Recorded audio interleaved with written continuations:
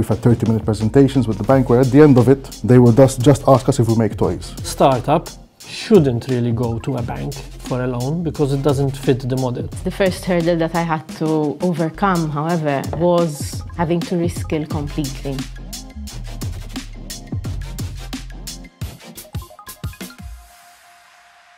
Welcome to this roundtable discussion in the series Tech Talks Beyond Borders. This is being brought to you by Tech.mt with Meet Inc.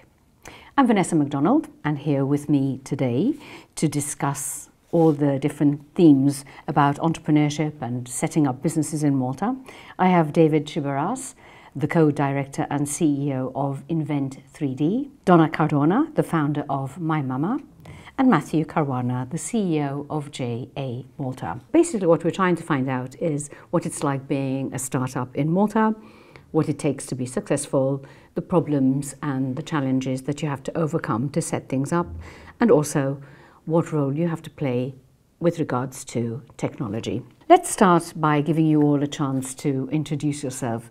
David, if I can start with you for no particular reason. So David, you do 3D printing. I remember a few years ago this was quite innovative, but you actually now are quite mainstream and you have quite a role to play when it comes to the supply chain. Perhaps you could just give us a little introduction. Yes, of course. So my wife and I started Invent 3D around 5 years ago, end of, I think it was August 2018. So we started off because we wanted to create cool products. I bought a printer of a website on an impulse buy, and we started off by making small products for, at that point, the car enthusiast scene, because that's sort of what I am part of. Then we sort of refurbished a one-car garage. It was me and my wife. We had, I think, about 5 or 10 machines at that point. And at this point, right now, we just moved to a new building in Ormy. We have 3 floors. We have like 400 square meters per floor, 200 3D printers, 10 full-timers, and basically a dream to sort of make really cool products and internationalize it as a franchise model to really bring innovative products to the market. I really love this idea that all of these really great ideas started out in garages. Yes. So really that's quite a growth story. But what is it that you actually bring in terms of value added?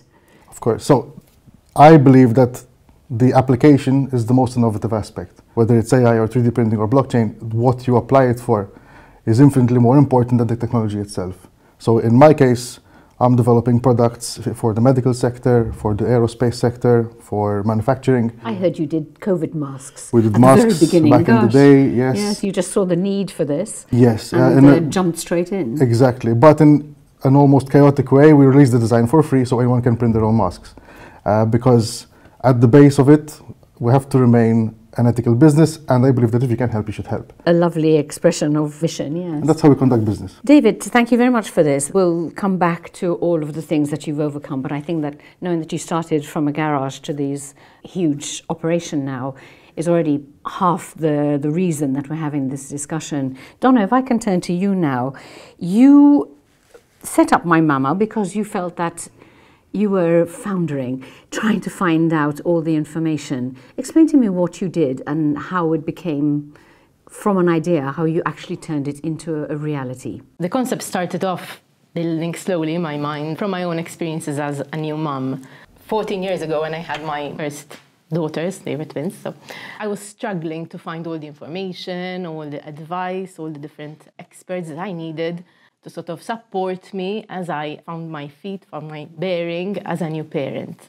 Fast forward when I had my youngest two, the situation was pretty much the same. I have a background in product development, completely different field, in the food industry, but my sort of way of thinking was that let's solve this problem, and when the timing was right for me, I left my full-time employment and I started building My Mama. As a concept, it's based on us being a one-stop shop, a centralized platform for expectant parents and parents to come and find whatever they need when it comes to education, support, different services. And we do this not with a team that is full-time working with us, but via a team of freelancers. We reached 25 freelancers, and we're growing even more this year. And it's quite a wide range. You've got midwives, you've got nutritionists, you've got psychology kind of. I mean, looking at your excellent website, you've got a number of different courses, whether they are live, on demand or hybrid. So you're really looking at a very high level approach. But you've got all sorts of subjects, from weaning and massage to feeding, sleeping, and even water-based sensory experience. So I was really quite impressed by everything that you do. You describe yourself as being tech-enabled rather than technology, though. Yes, so exactly. What you're doing is really just, as you're saying, bringing all these resources into one place. In our industry, it's the uptake of tech has been quite slow, and I believe will remain quite slow, for the simple reason that there still needs to be the client professional relationship. It's a matter of trust, it's a matter of feeling that someone is giving you the care and the attention that you need and guiding you. However, yes, I mean, we launched in the middle of COVID, October 2020, and what was meant to start off as a brick and mortar business had to start off as an online Probably platform. Just as well, yes, because it's obviously the best way to reach people. I was, I guess, one of the first to start approaching medical experts, trying to convince them, listen, now you have to start doing online consultations, online courses, online workshops, webinars, in a time where everything was still quite amazing. It's just the range of topics that I came across on your site are really amazing. Well done.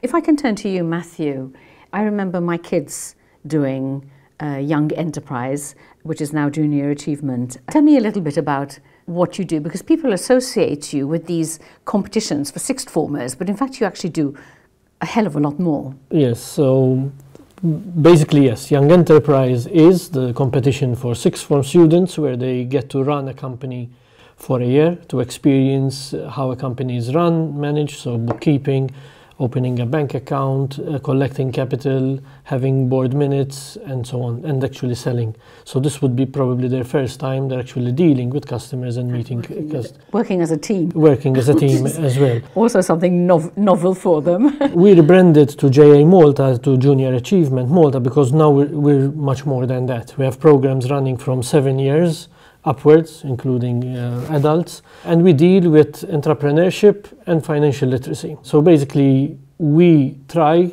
to instill an entrepreneurial mindset, because entrepreneurship isn't simply opening up a business, that's part of it, but it's also having the mindset of being entrepreneurial, which you can do also at work. So what is that? It's being a critical thinker, a creative thinker, a problem solver, finding opportunities. We heard now from David and Donna that they identified a problem because they either experienced it themselves or because it was a dream that they could see, and they saw the opportunity and took the plunge to go ahead and do it. And if we do not instill this from a young age, that's where we start to have difficulties in actually creating that at a later stage. I think one of the common themes that we've picked up is passion as well, because unless you're actually passionate about what you do, I don't think you'd ever actually see it through, especially when the first problems come along. Matthew, you were also involved in crowdfunding, and I will come back to you to speak about crowdfunding when we get to finance. But the first thing I'd like to ask the panel here is, really, what were the first challenges that you had? I mean, I've said that passion gets you through them, but what were those problems? David, perhaps you'd like to tell me. I mean, passion will get you started, but discipline keeps you going, because the passion comes and goes. I also have 3 kids, so the exhaustion of running a business, being entrepreneurial, putting yourself out there, still having a family, and my wife, who's the co-founder, sort of we do things together, so at least there's this understanding that, you know, we're in this together. Everything is for the family, for everything, for just to grow together. I would say the biggest hurdles for us in the beginning were access to finance. We don't have any savings, we don't have any assets, in the sense that we started the company when I was 24, I believe, she was 25, and we sort of left our full-time jobs because we wanted to do something that we're passionate about. At that point, we found support from friends and family, so the garage we refurbished was my dad's, was my parents', so we pooled our resources to sort of get that started. But beyond from that, it's just been a learning experience of you sort of have to build, not expecting funding. So if you went to a bank at the tender age of 24 with your business plan, what was the reaction? Forget it. Forget it. Okay. That's If I went to ask for a loan for a car, I would get it. If I were to go for a loan for a business, there's no way. Also bear in mind that we approached the banks for a loan around COVID time. Going as a startup with no financials, 1 year, the first year was a loss. No financials, but in a technology that is so misrepresented in Malta. It's one of the pillars of Industry 4.0, but we've sort of forgotten about it completely because it's not as fancy as AI or blockchain. We have had these meetings with the bank. We've had 30-minute presentations with the bank where at the end of it, they would just ask us if we make toys, which is so far missing the point. You know, it doesn't make sense how you would go from, we do medical applications, prosthetics, all of these new high-tech applications. We're internationalizing with a pool of customers to just dumb it down because they don't understand it, because it's not incentivized. Donna, did you have the same experience? Yes, pretty much. I guess the first hurdle that I had to overcome, however, was having to reskill completely, because I had to turn around my business plan. I had my business plan ready. I had applied for grants with Malta Enterprise, but then I couldn't launch as a physical business, and I had to reskill. I'm not a technical person, but I had to figure out how to build a website, how to do my own digital marketing, and that took a number of months. Not too long, but of course with all that was going on at the height of the pandemic, that was something that was quite tough, I guess, to overcome. Trial by fire. So that was, yes, that was your journey. And Matthew, you're constantly facing these problems, aren't you? Both of funding and finding the right skills. Yes, I think, just to latch on the discussion also on banks and access to finance, I think we need to also understand that banks have their own business model. They're commercial entities, that they have their policies and their ways of working. I'm not saying they couldn't be better for startups, but we also need to appreciate that. The problem is compounded because in Malta we have a lack of other opportunities when it comes to funding. So a startup pretty much shouldn't really go to a bank for a loan because it doesn't fit the model. But in Malta we find that it's also seen as one of the only choices you have, because we are missing business angels, which are actually growing, or at least they're coming up nowadays, so it's improving. There's no crowdfunding yet. The only crowdfunding there is a reward-based. It's not for investment, it's not for equity. Well, that's actually what the regulator allows. I mean, that's what the... Yes. And it's not because there is no demand for it, it's just because that's what the current legislation and regulation covers. Now there's a European regulation which also has to be applied in Malta, so that's changed from a regulation point of view since the end of last year. However, not the uptake for it from provider point of view, because of the risks of the small market that it is. Not because there isn't demand, but I think it's someone needs to see that there's that investment that actually makes sense. There's also the issue that when we have certain competitions, certain funding rounds, they're also limited in number, in volume. So everything is a bit compounded when it comes to access to finance. The situation is improving, but it's still not at its optimum position. When it comes to reskilling, skills, adaptability, that is where then we feel like JA Malta should be able to contribute more, and we need to do more, because it all starts from early age education, where we help people be more resilient. David mentioned the challenges and that passion sometimes goes away, so the resilience is important. The fact that we need to be adaptable in order to adapt our circumstances. So you can do your business plan, but more, we used to say it before, but now it's even more applicable, that a business plan is a living document. It's not anymore the 20, 30 pages document, which a bank might ask for, but it's an actual, almost a one-pager, where you have your goals clearly identified, and the way to get to that goal changes, because yes, you need of course, you have to do a SWOT analysis and update it So that is what we need to continue pushing towards, why people can feel they are more confident in taking down this route. I mean, only 7% of our youth are self-employed. It's a small number compared to how many people want to be self-employed, if you see the statistics. So why is there that gap? And I say it's two reasons. One, they don't feel confident that there are enough resources to do it. And secondly, currently finding a job is relatively easy. So there's no incentive for me to take on all the challenges that entrepreneurship takes. Well, the risk especially. Can I just underline some of the things that you've said with a couple of figures? So there's an EIF index which talks about access to finance for SMEs.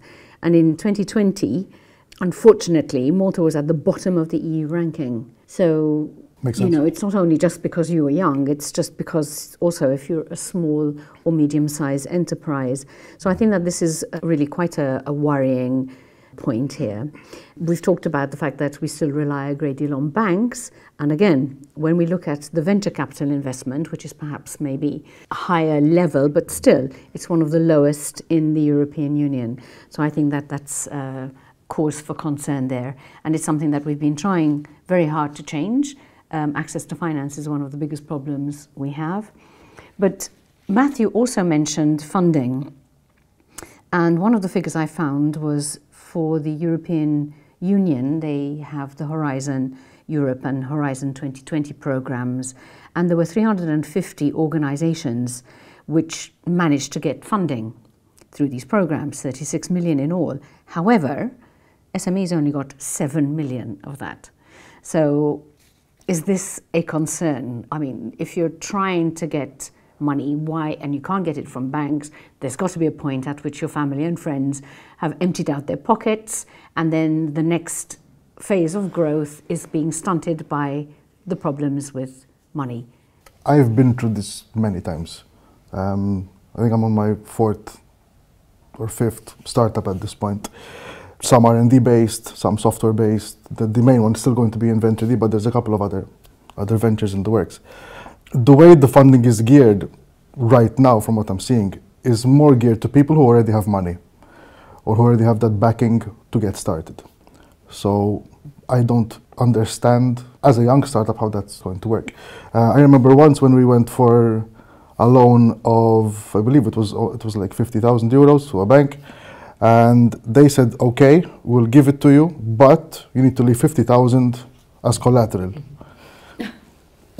Okay. So, okay.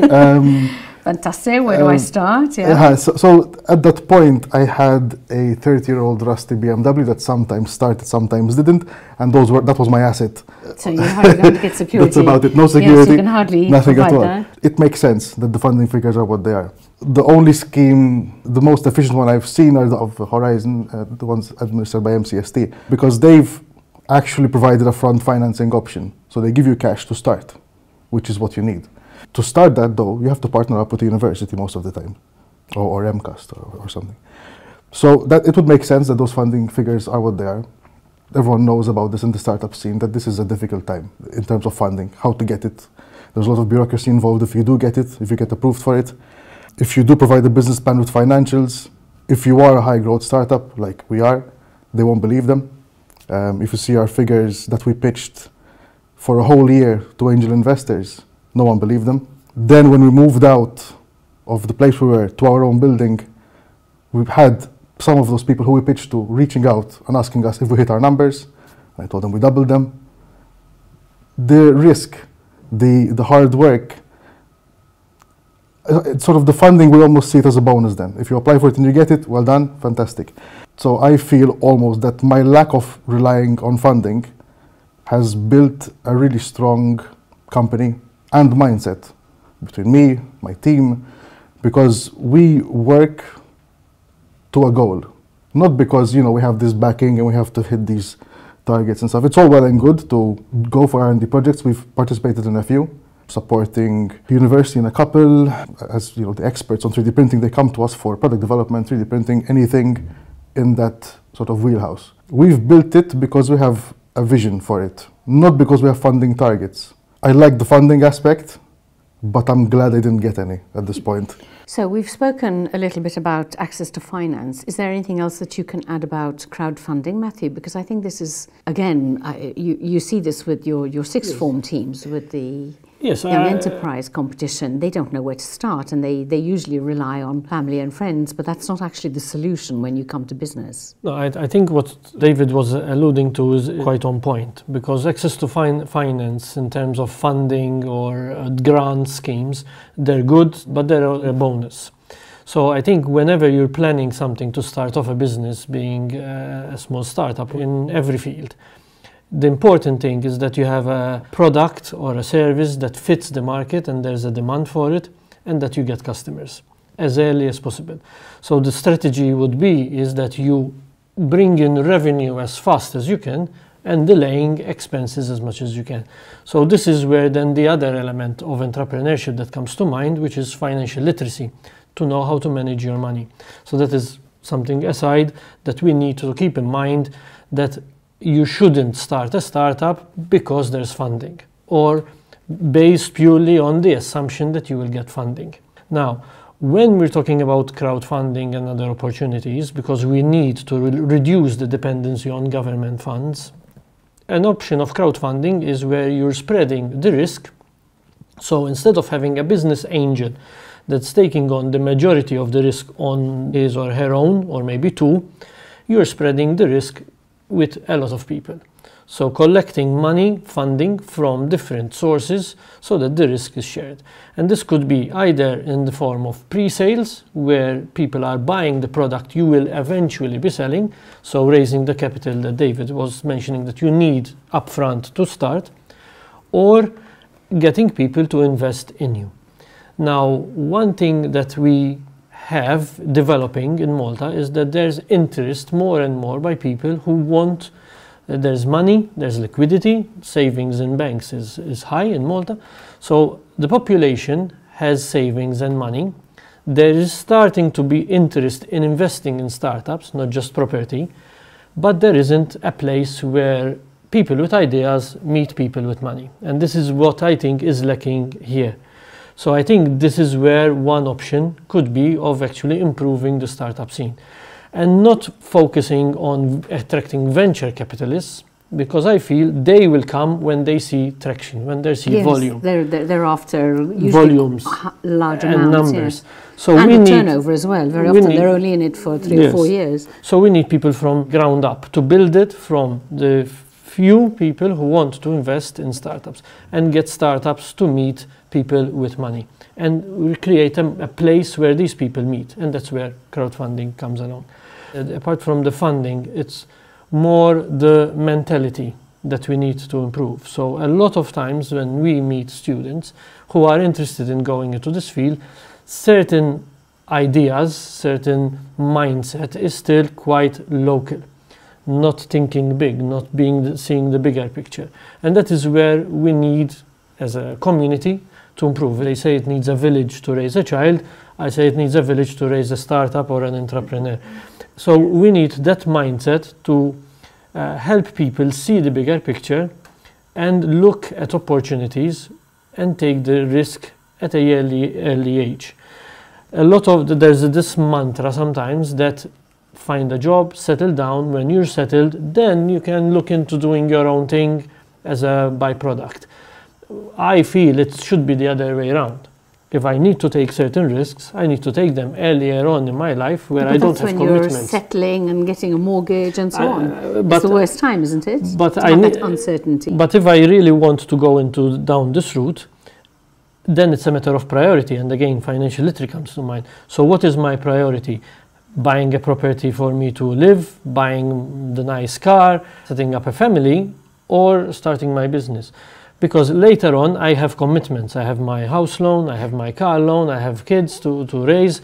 So taking the plunge, to leaving my full-time job to go on and being an entrepreneur gets even harder. So we have the luxury that we have a population, in this case it's a positive thing, that we still live with our parents as well for a long time. So that could be an opportunity where you could take the plunge. And we need to embrace this. And sometimes it also comes from the way we bring up kids. that we want to give them life. We want to settle life for them, give them everything. We need to let them figure it out. We need to let them at some point fail. We need to embrace that. We need to support it, not try to kill it, because that is removing creativity. And as a community, as a population, as a country, we do need innovation. We do need people who are creative, that find solutions to our problems. And that is what entrepreneurship is. So funding is a stumbling block. It stops people, scares people, but it really shouldn't. If you have your principles and your concept and your product set in place in the right way, there is support, maybe not financial, but there is support. There's mentorship, there's help and assistance. And from the corporate side, something that's lacking is the investment in R&D. So your numbers there on R&D, sometimes it's also, rather than supply shortages, it's demand. People do not see the value of R&D, and they're too busy dealing with the day-to-day rather than seeing the bigger picture to grow. Stay tuned for part 2 of this episode on Meet Inc., powered by Tech.mt. We are now moving where 16-year-olds can vote, they can become mayors, but they can't open up a business. You have to think international, because the local market is so small that you hit saturation point, people will start copying you instantly. It was still all very new as a concept. Welcome back to Tech Talks Beyond Borders. This is the second part of our Startups episode. Malta is actually quite an interesting place for technology or technology-enabled companies to come and start up. So if we're going to do that, one of the things we need to understand is basically what kind of a population we have. And the Digital Decade Country Report on Malta, which is a EU-wide publication, found that the percentage of the population between 16 and 74 is 61% who have a basic level of digital skills, which is higher than the EU average. And also when it comes to ICT specialists, it's 4.8%, which is slightly above the EU average of 4.6%. So is that going to be enough? That's, of course, the biggest question, because I think at the moment there are so many people working now that, you know, it's not a case of unemployed people running around trying to find something to do. Donna, what help did you get when you were starting out with regards to, you said you had problems, you didn't even know where to start. I got, first of all, going back to the funding, I got funded through grants by Malta Enterprise, which can only get you started. I tried to keep my startup at the initial stages as low cost as possible. It was still all very new as a concept. And then eventually I got funded through Shark Tank. I got angel investors on board. But again, you always have to have a plan B. I really go back to what David was saying earlier. You have to have the bootstrapping mindset, not focus too much on, okay, let's get this startup funded. We just have a concept. Let's just get people on board believing in this concept.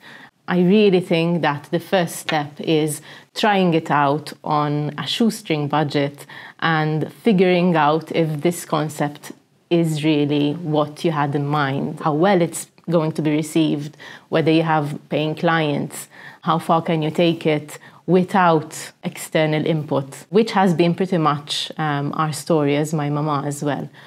When we did get investment, it was focused to getting our physical space together. But going forward, my mindset is still that of let's make those profits and build the business slowly. Tell me where you're going to build it. Are you thinking of actually getting more and more international presence? That has been our aim since day one. I've always looked at the concept as something that could be internationalized, which is why the digital aspect is so important, and it will keep being important despite the limitations of our sector. Yes, unlike manufacturing, where you had to ship stuff and have the right ports and the right connectivity and so on. When you're talking about technology, it's really, there are very few borders, aren't there? I have a list of interested people who want to work with us. I get CVs sent in every day. I have people walking in handing me CVs. Actually, people looking for employment, yes, people rather looking than for clients, employment yeah. in an interesting job. because there's plenty of work.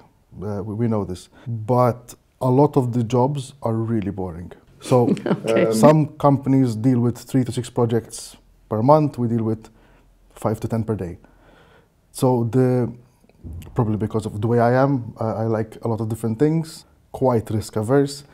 So what you were mentioning before of first doing your entrepreneurial thing and then doing the company, that didn't happen. We wrote our business plan at hospital after the birth of my second daughter, of my second child, because that was the only quiet time we had. So that was when we left our full-time jobs. So it all comes down to the person, whether you're risk averse or not. As a country, we're not that risk averse. We're quite scared of what people will think about us. We're quite scared of what they'll say about us more than anything else. I think learning how to suppress that, ignoring all the talk, all the side, like, you know, oh, he's trying this, oh, he's pushing for that. You know, it's not coming from an arrogance perspective, it's coming from a goals perspective. Of back when I used to pitch a few years ago, I would say, you know, I want to build a company that then internationalizes. He's going to go outside of Malta. Wow. It's like Donna said, you have to think international. Because the local market is so small that you hit saturation point, and then, which is sort of a pet peeve of mine, people will start copying you instantly. And they say, he's successful. He won't try and one-up you, he'll do the exact same thing. And he'll just try and drive down the price, because then Malta is a very price-conscious place, so we just go for bottom dollar. We lower the value in doing that, and then we ruin the industry. The race to the bottom that we keep talking about. It's a pretty big issue. In terms of digital skills, I've employed dropouts, I've employed PhD engineers, and everyone in between. I've employed chefs, unemployed students. I don't think there's the qualifications aspect, not that important. It's important to get you to school. You need to know your basics, your theory. Some aspects of certain jobs need it, but I care more about your mindset, your willingness to learn, and your willingness to work. Matt, one of the things that I've encountered so many times in my career as a journalist over many decades is the impact of bureaucracy. So people come up with an idea, let's say they've got the right entrepreneurial mindset, whether they've sorted out financing or not, and funding, etc. But then the sheer bureaucracy of getting everything, all the papers and documentation, has it improved? There are two aspects to it. I think from a registration point of view, licensing point of view, I think the situation improved. But from a banking perspective, no. Everyone knows that the banking regulation is imposed on banks is getting tougher and tougher. So the checks and balances that need to be happening when opening bank accounts, which you need in order to trade, is a blockage at the moment. But it's not something that should stop you. It's something that takes time. It's a one-off thing. It takes time, and you just need to go through it. So I think bureaucracy, I wouldn't classify it as a major block for Malta to start off a business. Something that we identify as also potentially a block for some people is to allow people at 16 years to open up their own business. We are now moving where 16-year-olds can vote, they can become mayors, they can work, but they can't open up a business. And I think that should possibly change and give space for that. So in terms of regulation. I think when it comes to skills, we do say we are technical and digitally skilled, the numbers show. I think there's a big difference between basics. I know how to go on Facebook, Twitter, TikTok and do all this, or browse the internet. The skills when it comes to then blockchain, AI, things like 3D printing, and really applying certain skills within the digital space, I think we're still lacking, and I think we need more and more. And because the trend is moving that way, and there will be a shortage of skills when it comes to digital skills. So over there, my suggestion would be, again, is get kids through education in order for them to have the willingness to learn, the ability to learn, the ability to reskill themselves and be adaptable, because then they will learn the skills as needed. If they want to shift from being a chef, to take the example David mentioned, from a chef to work in a 3D printing industry, it can happen if you are resilient, if you are adaptable to do it. The skills of me being taught how to cook at that point become redundant. So the skills are something that change, and the notion of micro-credentials will help there, because I can learn on the fly, I can learn online. So content is readily available, but what we need more is the character skills, let's say, what people call the soft skills, that we are able to communicate, we are able to pitch our ideas, be critical and adapt to what is needed. So I think from a skills perspective, that is where we need to focus more. We've got time for one quick question. What I want to know is, if you met me at a conference abroad, why would you tell me to invest in technology in Malta? Why did you ask me this question? I'm going to ask all of you this question. Come on, be positive. You're our ambassador now. Why would I come to Malta? So I think we have quite a diverse pool of industries which you can reach by car within 10 minutes. Do you have manufacturing, you have high tech, you have fintech, all of them in one small island. So in terms of business connections, networking, I think Malta is fantastic. Back when I started in 2018, there weren't really that many meetups for entrepreneurs. There wasn't even a Facebook group back then. Now it's quite common.